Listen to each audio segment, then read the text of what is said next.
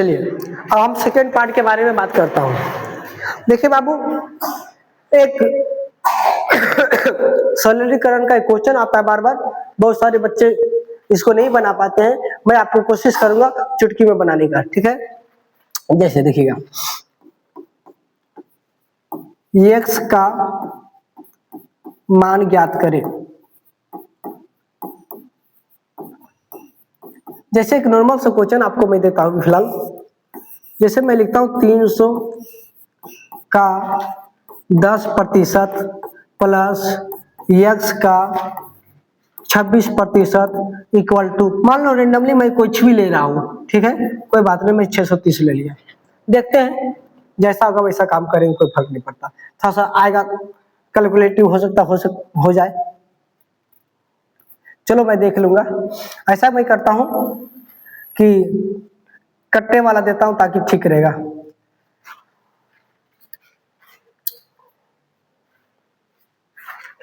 चलिए रहने जो दिमाग में रहने दो।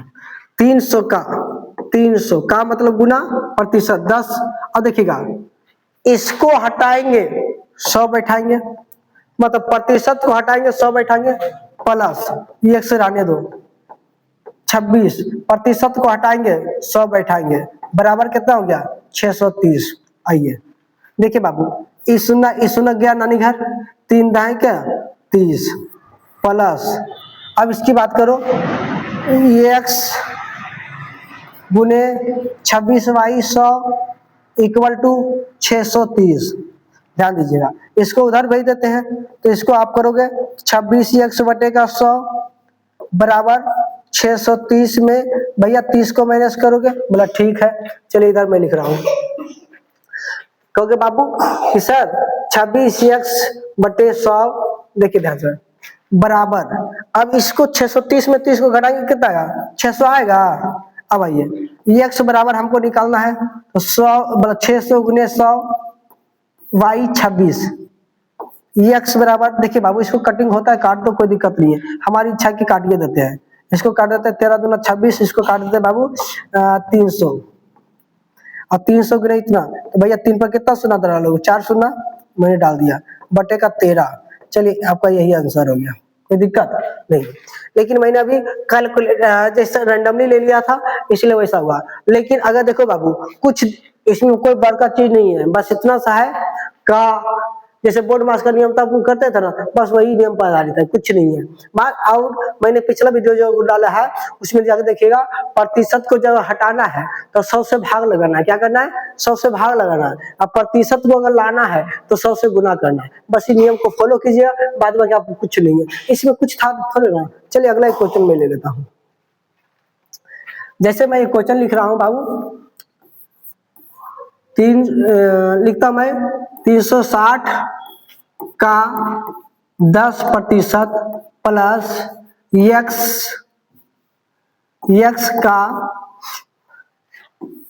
25% इक्वल टू, मैं ले लेता हूं 672। कितना लेता हूं 672।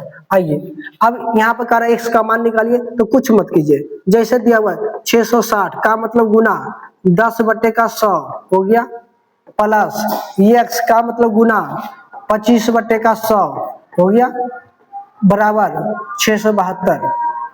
ध्यान दीजिएगा, कटिंग कीजिए आप, एक शून्य यहाँ से एक शून्य यहाँ से कैंसिल हो गया। अब इसको काटिए, 25 चौका 100, अब यहाँ पे क्या हुआ 36 प्लस x, इसको हटाइए, x बटे 4 इक्वल टू भैया 672। ए बाबू ध्यान देना हो, ये 36 को इधर नहीं ले जाएंगे, इसको हम कौन सा नियम कहते हैं पक्षांतर। कौन सा नियम कहते हैं भैया पक्षांतर से। क्या कहते हैं बउआ पक्षांतर से। कोई दिक्कत है आपको, चले तनी आते हैं इधर। ए बाबू x/y4 हम इसी तरह रहने दिया, अब ये दोनों का दोनों एक राशि है, ये भी आचर ये भी आचर, तो हम उधर ले जाते हैं दोनों को, 672 माइनस का 36 हो गया। आइए x/y4 बराबर 672 में 36 घटाओगे भैया 636।